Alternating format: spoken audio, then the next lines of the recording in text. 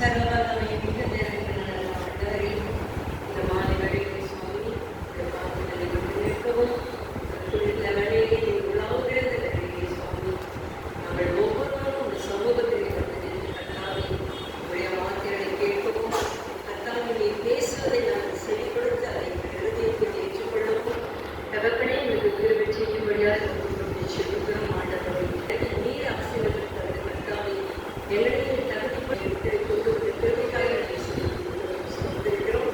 தேவதையுடைய பிரசனம் நாளை நாளை செய்கிறோம் ஆண்டவரே. தேவை காத்து வழிநடத்தி ஆசீர்வதியும் இயேசுவின் நாமத்திலே வருவாய் எங்கள் ஜீவனை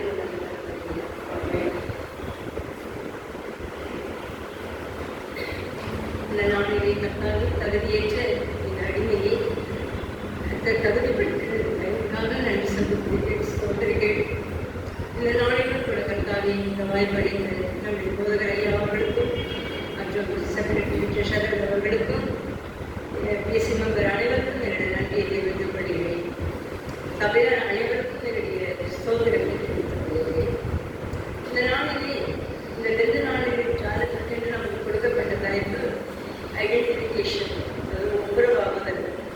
இதன் பொருள் ஒன்றாக இருக்கும் தன்மை, 2 எல்லா சூழ்நிலைகளிலும் ஒத்திருக்கும் தன்மை, ஒருவரை ஒருவர் அடையாளம் காணுதல்.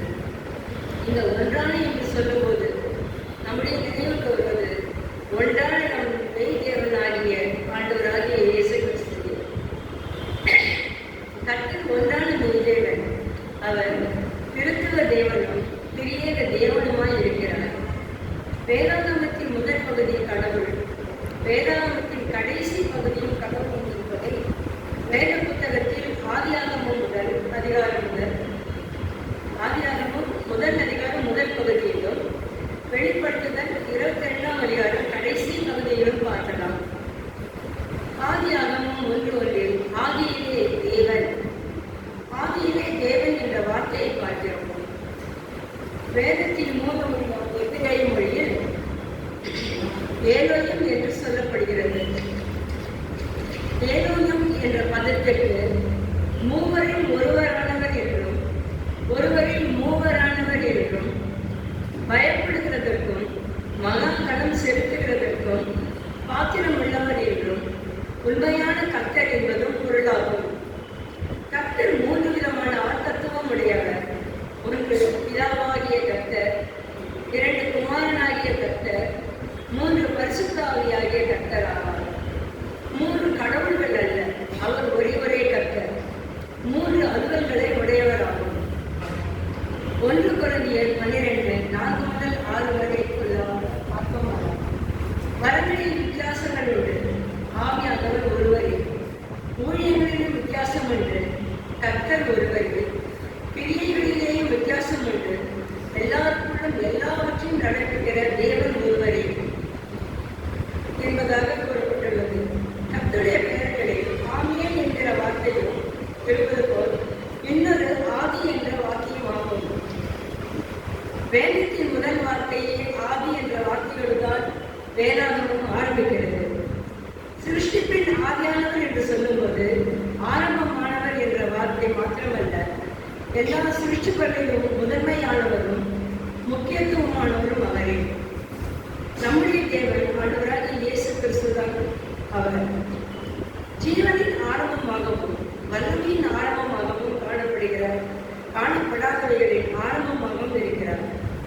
பிதாவாகிய ஒரே தேவனும் ஆண்டவராகிய இயேசு கிறிஸ்து என்னும் ஒரே கர்த்தரும் தூய ஆவியானவரும் ஒருவரே. அவராலே சகலமும் உண்டாயிருக்கிறது, அவருக்கென்று நாமும் உண்டாக்கப்பட்டிருக்கிறோம். ஆதியாகமம் 1:27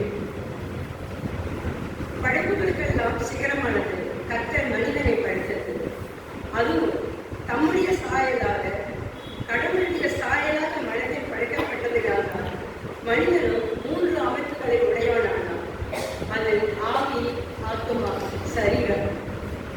இந்த 3ம் ஒரே மனிதனுக்குள் மறைந்திருக்கிறது. 3 தன்மைகளையும் 3 பணிகளையும் கொண்டுள்ளது.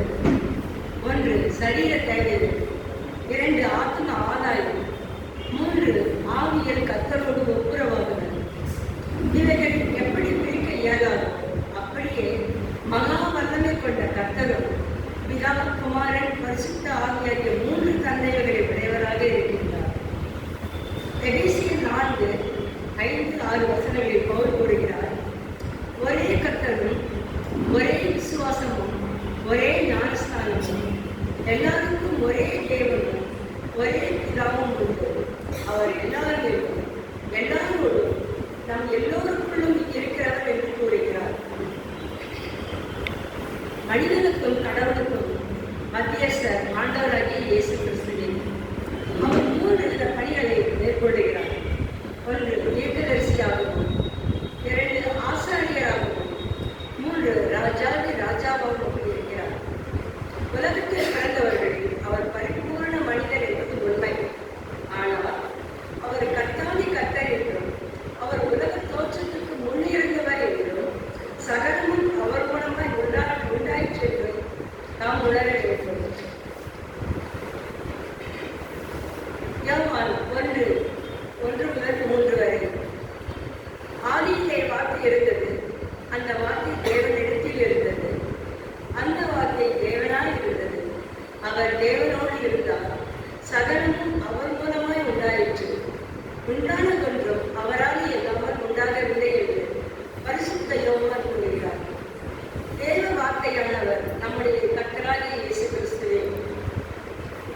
யோவான் 1:14 அந்த வார்த்தை மாம்சமாகி என்று ஆரம்பிக்கிறது. கிருபையினாலும் சத்தியத்தினாலும் நிறைந்தவராய் நமக்குள்ளே வாசம் பண்ணினார். வார்த்தையான இயேசு கிறிஸ்து மனுஷகுமாரனாக பூமியில் பிறந்தார் என்று வேதத்தில் கூறப்பட்டுள்ளது. கொலை செய்த 1:17-18 வரை. அவர் அதர்சனமான தேவனுடைய தற்ஸ்வரூபமும் சர்வ சிருஷ்டிக்கும் முந்தின பேருமானவர். அவரே சபையாகிய சரீரத்துக்கு தலையானவர். அவரே ஆவியும் மரித்தோரிலிருந்து எழுந்த முதற் பேருமானவர். அவர் அல்பாவும் ஒமேகாவும் ஆதி மந்தமுமானவர் என்று வெளிப்படுத்துகிற விசேஷத்தில் பார்க்கிறோம். நீதிமொழிகள் 8:27-30 வரை பார்த்தோமானால் இயேசு கிறிஸ்து அபிஷேகம் பண்ணப்பட்டவர் என்றும் பிதாவினருக்கு சட்டப்பிள்ளையாய் இருந்தார் என்றும் நாம் பார்க்கிறோம். படைப்பு முதல் கிரியை செய்து வருகின்ற ஆண்டவராகிய இயேசு கிறிஸ்துவின் பணிகளில் மையமாக விளங்குவது கல்வாரியே ஆகும். ஆண்டவர் நம்மீது வைத்த அன்பு நிமித்தம் பிதாவாகிய தேவன் நம்முடைய சொந்த குமாரன் என்றும் பாராமல் இயேசுவை நமக்கு தந்தருளினார். இயேசு கிறிஸ்து தன் ஜீவன் என்றும் பாராமல் தன் மாம்சத்தையும் இரத்தத்தையும் நமக்கு தந்தருளினார். அவன் மேல் வைத்த அன்பினால் தன்னுடைய ஜீவனையை நமக்காக ஊற்றிக் கொடுத்தார். நம்முடைய பாவம் போக்கும் பலியாக தம்மையே அவர் நமக்காக ஒப்புக் கொடுத்தார். எல்லாம் முடிந்தது என்று சொல்லி இயேசு கிறிஸ்து பிதாவினிடத்தில் தம்முடைய ஆவியை ஒப்புக் கொடுக்கும் போது பிதாவினிடத்தில் சேர்கிறார். கடவுளுக்குரிய தன்மையை முழுவதுமாக அவர் அடைகிறார். ஆண்டவருடைய குணாதிசயமே அவர் மீது நம்மீது கொண்ட அளவில்லாத அன்புதான். நாம் அவரை தெரிந்து கொள்வதற்கு முன்பாகவே அவர் நம்மை தெரிந்து கொண்டார். அவர் நம்மை உயர்த்தி மேன்மைப்படுத்துவதற்கும் நம்மை சுத்திகரிப்பதற்கும் காரணம் அவர் நம்மை வைத்த அன்புதான். இப்போது பிதாவே வலது பாரசத்தில் அமர்ந்திருக்கிறார். நமக்காக பரிந்து பேசுகிறார். நமக்காக விண்ணப்பம் பண்ணுகிறார். பிதாவினிடத்தில் இந்த பரிசுத்த ஆவியானவரை நமக்காக அனுப்பியிருக்கிறார். வரங்களையும் வல்லமைகளையும் பரலோகத்திலிருந்து நம்மை நோக்கி அனுப்புகிறார். அவர் வரும்போது ராஜாதி ராஜாவாக, கர்த்தாதி கர்த்தாவாக பூமியை அரசாண வருவார். 2 கொரிந்தியர் 5:5 தேவனே நமக்கு ஆவியிலும் அச்சாரத்தை தந்தவருமாய் இருக்கிறார். இந்த யுகத்தில் பரிசுத்த ஆவியானவர் இந்த உலகத்திலிருந்து மணவாளனாகிய ஆண்டவராகிய இயேசு கிறிஸ்துவுக்கு மணவாட்டியாகிய சபையை கண்டுபிடித்து ஆயத்தம் செய்யும் பணியில் ஈடுபட்டுள்ளார். இதற்கு நம்மை ஆயத்தப்படுத்துகிறவரும் நம் தேவனே. நம்முடைய மனம் மறுரூபப்படுவதற்கு கர்த்தர் செய்த பெரிய காரியம் கொண்டு உள்ளிருந்தால் அது பரிசுத்த ஆவியை நமக்கு அருளினதுதான். நம்மை தெளிந்த புத்தி உள்ளவர்களாக அவர் வழிநடத்துபவர். சஞ்சலங்கள், போராட்டங்கள், கண்ணீர், வேதனை போன்ற புயல்கள் நம் வாழ்க்கையில் வந்தாலும் நாம் தேவ சமூகத்தில் அமர்ந்து ஆவியானவரோடு தொடர்பு கொண்டு இருப்பதால் எல்லாவற்றுக்கும் மேலான தேவ சமாதானம் நம் இருதயத்தை நிரப்பும். ஆவியானவரின் பெரிய சத்தத்தை நம்மால் கேட்க முடியும். அவர் நம்மை அழகான வழி நடத்துவார். இந்த நாளைக்கு வாசிக்கப்பட்ட வேத பகுதியை பார்த்தோம். அதில் நம் தேவன் நம் எல்லோருக்கும் ஜீவனையும் சுவாசத்தையும் சகலத்தையும் கொடுக்கிறவர். ஜீவன் சுவாசம் இல்லை என்றால் நாம் உயிரோடு வாழ முடியாது, நமக்கு உயிர் இருக்காது. ஆதியாகமம் 2:27 கர்த்தர் மனுஷனை சிருஷ்டித்த போது மண்ணினாலே மனிதனை உருவாக்கி ஜீவ சுவாசத்தை ஓடினார். மனுஷன் ஜீவாத்மாவானால் என்று பார்க்கிறோம். ஆண்டவருடைய சுவாச காற்று நமக்குள் இருப்பதுதான் அந்த ஜீவன். ஆனால் என் ஜீவன் வாதாசியில் விடப்பட்ட சுவாச காற்று, அதாவது தேவனுடைய ஜீவன், அவரை ஜீவாத்மாவாக ஆக்கியிருப்பார். அவர் வழியில் வந்த நமக்கும் அவருடைய ஜீவாத்மா இருக்கிறது. நாம் சரீரப்பரமாக மறைக்கும்போது சரீரம் அழுக்கும், ஆவி தான் தந்த தேவனிடத்திற்கும் செல்கிறது. கிறிஸ்துவுக்குள் நம்முடைய ஜீவன் மறைந்திருப்பதால் அவர் வரும்பொழுது அதை அவர் வெளிப்படுத்துவார். பிரசங்கி 12:7 யோவான் 1:4 அவருக்கு ஜீவன் இருந்தது, அந்த ஜீவன் மனுஷனுக்கு ஒளியாய் இருந்தது என்று யோவான் கூறுகிறார். ஒளி என்றால் வெளிச்சம். நம்முடைய இருதயங்களில் வெளிச்சத்தை பிரகாசிக்க செய்வதும் நம்முடைய கர்த்தராகிய இயேசு கிறிஸ்துவே. தேவனுடைய மகிமை மாத்திரம்தான் நாம் இந்த பூமியில் பெற்றுக்கொள்ளத்தக்க மெய்யான பொக்கிஷம். மண்ணானி இந்த சரீரத்தில் தேவ மகிமையை பெற்றிருப்பதுதான் அற்புதம். அதுதான் இயேசுவின் ஜீவன் நமக்குள் இருப்பது.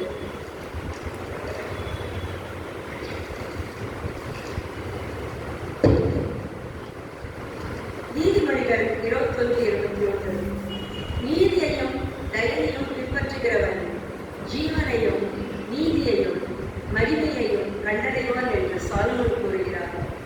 இயேசு கிறிஸ்து தன்னுடைய ஜீவனை குறித்து அக்கிரமத்திலும் பாவத்திலும் வரித்து நிறைவேறுகிற நம்மை உயிர்ப்பித்தார். பின்பு நம்மையும் அவரை போல மாற்றி பூரணத்திற்குள் வழிநடத்த சித்தமானார். யோவான் 10:10 நானே அவைகளுக்கு ஜீவன் உண்டாயிருக்கும், அது பரிபூரணமும் அடைந்து வந்தேன் என்கிறார். நாம் நித்திய ஜீவனை மட்டுமல்ல, பரிபூர்ண ஜீவனையும் பெற்றுக்கொள்ள வேண்டும் என்பதை அவர் விரும்புகிறார். எங்கே மன்னிப்பு இருக்கோ அங்கே ஜீவன் வெளிப்படும்.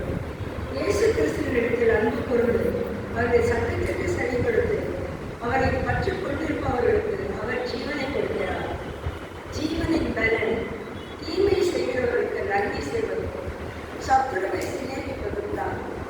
ரோமர் 8:6 மாம்ச சிந்தை மரணம், ஆவியின் சிந்தை ஜீவனும் சமாதானமுமா என்று கூறப்படுகிறது.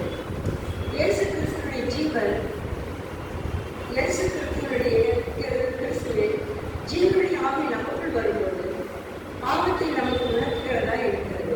அப்போது மாம்ச சிந்தை நம்மை விட்டு அகன்று ஆவியின் சிந்தை நமக்குள் வரும். நமக்கு ஜீவனையும் சமாதானத்தையும் தருகிறதாக அது இருக்கிறது. கிறிஸ்துவின் ஆவி இல்லாதவன் அவர்களுடைய அறிஞர்கள் வேலை கூறுகிறது. மேலும் கிறிஸ்து நமக்குள் இருந்தால் சரீரமானது பாவத்தின் நிமித்தம் மரித்ததாயும் ஆவிய நிமித்தம் ஜீவனுள்ளதாயும் இருக்கும். முடிவில்லாத அழியாத வாழ்வுக்குத்தான் நித்திய ஜீவன் என்று பெயர். கிறிஸ்துவின் நித்திய ஜீவன் ஒருவனுக்கு இருக்குமானால் அவன் ஆத்துமாவில் நீதிக்கேற்ற பசி இருக்கும். நீதியின் மேல் பசிதாகம் என்பது தேவனுக்கு கீழ்ப்படிந்து அவரோடு சீரான சரியான உறவு முறை வைத்துக் கொள்ளும் அனுபவம் நீதியாகும். யார் தன்னை நீதியை பெறுவார்கள்? சங்கீதம் 24:4-5 வரை கைகளில் சுத்தம் உள்ளவனும் விருத்தத்தில் மாசில்லாதவனுமாய் இருந்து தன் ஆத்துமாவை மாயைக்கு ஒப்புப்படாமலும் கபடாய் ஆணையிடாமலும் இருக்கிறவனே அவனே கர்த்தருடைய பர்வதத்தில் ஏறுவான். அவன் கர்த்தரால் ஆசீர்வாதத்தையும் லட்சத்தின் தேவனால் நீதியையும் பெறுவான் என்று கூறப்பட்டுள்ளது. சங்கீதம் 133:3 சகோதர ஐக்கியத்தால் கர்த்தராகிய என்றைக்கும் ஆசீர்வாதத்தையும் ஜீவனையும் கட்டளையிடுவார். சகோதர ஐக்கியம் சபை கூடி வருவதே ஆகும். அந்த சபை கூடி வரும்பொழுது நாம் கர்த்தரை பாடி துதித்து அவரை நாம் மகிமைப்படுத்துகிறோம். நாம் சபைக்கு வருவதற்கு முன்பாகவே கர்த்தர் அந்த இடத்தில் வந்து விடுவார். அவருடன் அவருடைய தேவ தூதர்களும் பேருமைகளும் சேராபியங்களும் கொடாதக்கூடிய தேவ தூதர்களும் வந்து நம்முடைய துதியின் சத்தத்தை கேட்டு நமக்கு ஆசீர்வாதத்தை கட்டளையிடவே அவர் வருகிறார். அழகான இயேசு கிறிஸ்துவின் அடையாளங்களில் இரண்டாம் வகைக்கு சபையும் ஒன்று. அதனால் நாம் சபையை கூடுதலை நிராகரிக்கக்கூடாது. எப்போதும் அவர் வருவதற்கு முன்பாகவே நாம் வந்து அமர்ந்திருந்து ஜெபிக்க வேண்டும். சபை ஏற்படுதல், சபை தன்னை ஆயத்தம் செய்தல், மத்திய ஆதாயத்தில் எடுத்துக்கொள்ளப்படுதல், மணவாட்டுக்குரிய தகுதியை பெறுதல், மணவாளனாகிய ஆண்டவர் இயேசு கிறிஸ்துவின் ஐக்கியமாகும் போன்றவைகளில் சபை இருக்க வேண்டும். கிறிஸ்துவே சபைக்கு மூளை கல்லாகவும் ஜீவனுள்ள கல்லாகவும் இருக்கிறார்.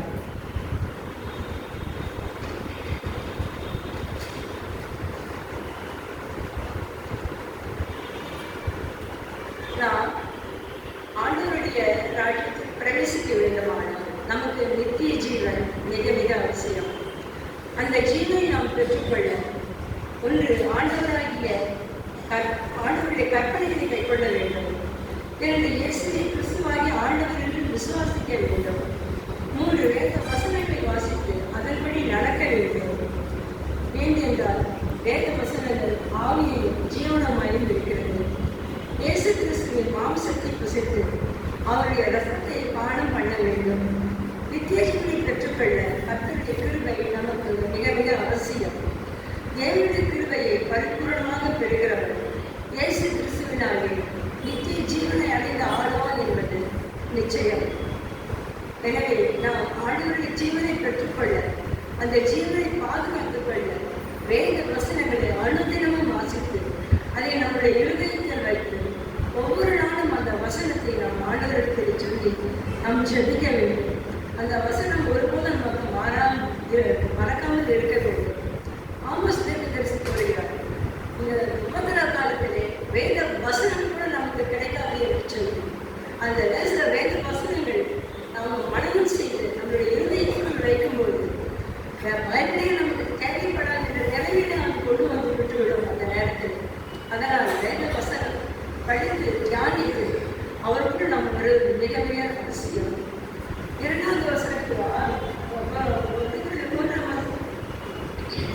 வாசிக்கப்பட்ட வேத வசனத்திலே 3-4 வசனத்தை உயிர்த்தெழுதலை பற்றி வாசித்தோம்.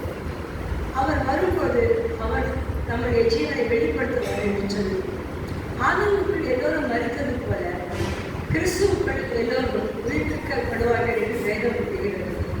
1 கொரிந்தியர் 15:22-23 முதல் பலனாளர் கிறிஸ்து இயேசு, பின்பு அவர் வருகையில் அவருடையவர்கள் உயிர்ப்பிக்கப்படுவார்கள் என்று வேதம் கூறுகிறது.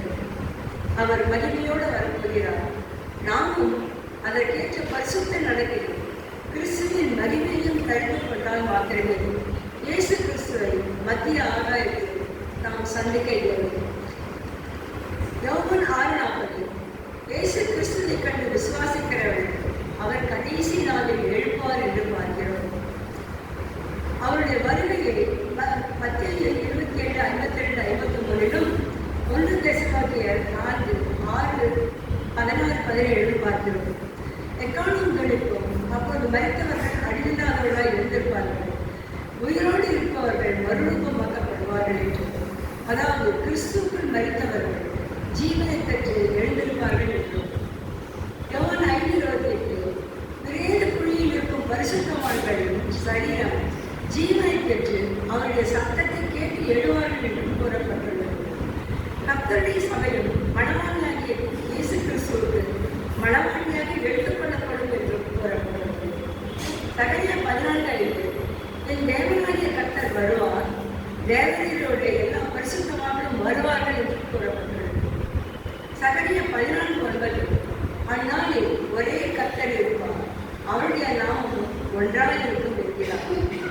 வெளிப்படுத்தும் விசேஷம் 20:12 மருத்துவராகிய பெரியோரையும் தேவனுக்கு முன்பாக நிற்க கண்டேன் என்று சொல்லி வேதத்தில் கூறப்பட்டுள்ளது.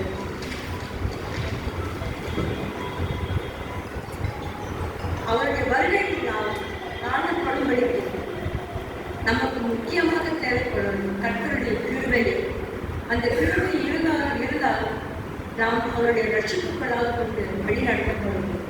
கிறிஸ்துவ வாழ்க்கை கிருபையிலே தொடங்கி கிருபையிலே முடிவடைகிறது. கிருபையினாலே நாம் ரட்சிக்கப்படுகிறோம். அவருடைய வருகைக்கு நம்முடைய ஆயத்தம் ஒன்று கிருபை, 2 விசுவாசம், 3 ஐக்கியம், 4 ரட்சிப்பு மிக மிக அவசியமாக இருக்கிறது. கிருபையினாலே விசுவாசத்தை கொண்டு ரட்சிக்கப்பட்டீர்கள். இது உங்களால் உண்டானதல்ல, தேவனுடைய ஈர்ப்பு என்று வேதம் கொள்கிறது. ரட்சிக்கப்படுவது கிருபையினால், விசுவாசத்தை கொண்டு. இது கிருபை தேவனுடைய பகுதி, விசுவாசம் நம்முடைய பகுதி. இது கிருபையின் நாட்கள். கர்த்தர் நம்மை வைத்த அன்மையால் கொடுக்கப்பட்ட இரக்கத்தின் நாட்களாகும். நமக்காக கொடுக்கப்பட்ட இந்த நாட்களில் நாம் ஆண்டவருடைய கிருபையை பெற்று ரட்சிக்கப்பட்டு அவருக்கு ஏற்ற பிள்ளைகளாக நாம் ஜீவிப்பதே நமது கடமையாக இருக்கிறது. நமக்காக உயிர்த்தெழுந்த ஆண்டவரை நாம் உத்தமமாக பின்பற்றி நீதிமான நடனமான நிச்சயம் அவர் நம்மை உயிர்ப்பிப்பார். அவர் வெளிப்படும் போது அவருடைய வருகையில் அவருக்கு முன்பாக வெட்கப்பட்டு போகாமல் தைரியம் உள்ளவர்களாக இருக்கும்படி அவரில் நிலைத்திருப்போம். அவரை தரிசிக்க ஆயத்தப்படுவோம். நம்மை கற்றுள்ளவர்களுடைய மகிமையான வருகைக்கு ஆயத்தப்படுத்துவதற்கு ஊழியர்கள் இருக்கின்றனர், பரிசுத்த வகுப்பாளர்கள் இருக்கின்றனர், வேத புத்தகம் கொடுக்கப்பட்டிருக்கிறது, தேவ பிரசன்னம் இருக்கிறது. இதெல்லாம் மேலாக பரிசுத்த ஆவியானவர் நம்மோடு கூட இருக்கிறார். அவர் சகலத்தையும் நமக்கு விளக்குகிறவராக இருக்கிறார். இயேசு கிறிஸ்துவை நாம் நம் இருதயத்திற்கு அழைத்தவுடன் நமக்கு புதிய நித்திய வாழ்வுக்கான அடையாளம் கிடைக்கிறது. உலக பிரகாரமான அடையாளம் மாறலாம், ஆனால் கர்த்தருடைய வார்த்தையிலிருந்து நம் அடையாளம் மாறாது. கடவுளுடைய வார்த்தையை படிப்பதும் ஜெபிப்பதும் இறைவனை ஆராதிப்பதும் கடவுளை பற்றி சொல்லுவதும் நம்புவதும் மிக மிக முக்கியமாக இருக்கிறது.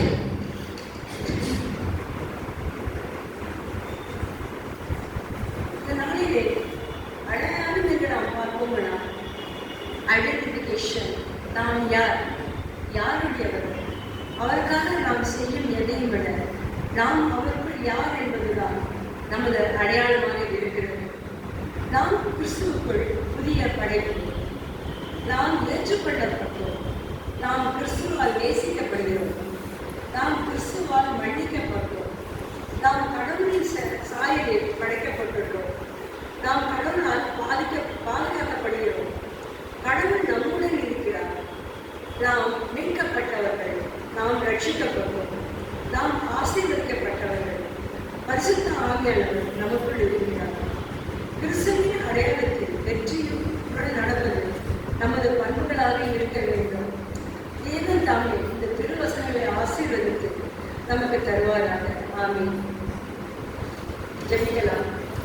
நல்ல தகப்பனே, இந்த நாளிலே கூட கர்த்தாவே, உடைய வார்த்தைகளை கர்த்தாவே நாங்கள் தானித்திருக்கிறோம். சுவாமி, அடிமைக்கு நீர் கொடுத்த இந்த சிறிய ஞானத்தை கர்த்தாவே கொடுத்து இந்த வார்த்தைகளை கர்த்தாவே நீர் ஆசீர்வதித்து தாரும். சுவாமி, இதை ஒவ்வொருவரும் நாங்கள் அனுதினமும் வேதத்தை வாசித்து இன்னும் மேலும் மேலும் அதிகமாக நம்மை பற்றி அறிந்து கொள்ளவும் தெரிந்து கொள்ளவும் உங்களுடைய வருகைக்கு நாங்கள் ஆயத்தப்படுத்தும்படியாகவும் நீர் எங்களுக்கு கொடுத்துள்ள இந்த ஜீவனை நாங்கள் பாதுகாத்துக் கொள்ளும்படியாகவும் கர்த்தாவே எங்களுக்கு கிருபை செய்கிறபடியாக ஜெபிக்கிறேன். வந்திருக்கும் ஒவ்வொருவரையும் கர்த்தாவே உங்களுடைய தூய ஆவியால் நிரப்பி எங்கள் ஒவ்வொருவரும் நீரை கரப்பிடித்து வழிநடத்த வேண்டும் என்று ஒப்புக்கொடுத்து ஜெபிக்கிறோம்.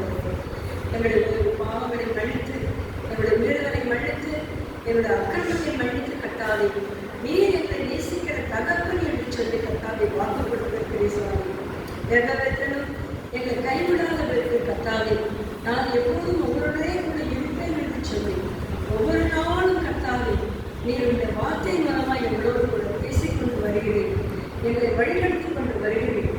எங்களுக்காக நீர் பரிவர்த்திக்கிற ஆண்டவர். சுவாமி, எங்களை நீரை காத்துக் கொள்ள முடியாத எங்களுடைய ஒவ்வொரு ஆவியையும் ஆத்மாவையும் சரீரத்தையும் நம்முடைய தூய கருத்துக்களாக ஒப்புக் கொடுக்கிற ஆண்டவர். நீரே எங்களை பொறுப்பெடுத்துக் கொள்ள வழிநடத்தி ஆசீர்வதிக்க முடியாது. எங்கள் மீட்பரும் எங்கள் ரட்சகரும் ஒரு மனமாற்றம் ஆகிய கர்த்தராகிய இயேசு கிறிஸ்துவின் வல்லமை எங்கள் நாமத்தின் மூலமாக ஜெபிக்க வேண்டும் என்றாடுகிறோம். எங்கள் ஜீவனில் நல்ல கருத்து.